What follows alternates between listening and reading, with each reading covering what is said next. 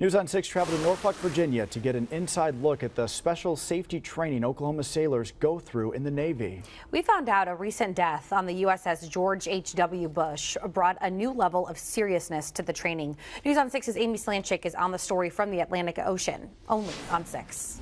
Right now, every sailor on the USS George H.W. Bush is going through training. The scenario tonight, they're being hit by a missile.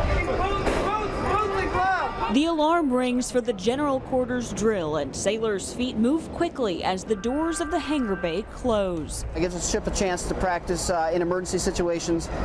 They always say the more you practice in training, the less you'll bleed in actual battle. Hey, come on, hold steam! The sailors test their capabilities by pretending, but the scenario is designed to be a realistic situation they could face while out on the water. Tonight's missile attack, a flood, or fire are all possibilities. We don't have first responders that can come on board the ship and take care of us. We have to take care of our own ship. Fire, fire, fire! Every sailor on board is trained to fight fires and do anything a paramedic would do. But tonight, Amy Maychek's role is to be the fire. I like to be the fire to mainly motivate everybody, and I kind of give them clues if they're doing something wrong.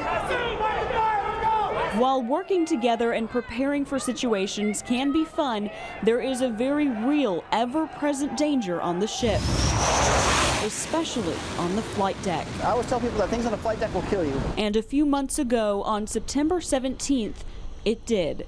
21-year-old airman apprentice Joseph Naglack died after the Navy says he was struck by a turning propeller on an E-2C Hawkeye.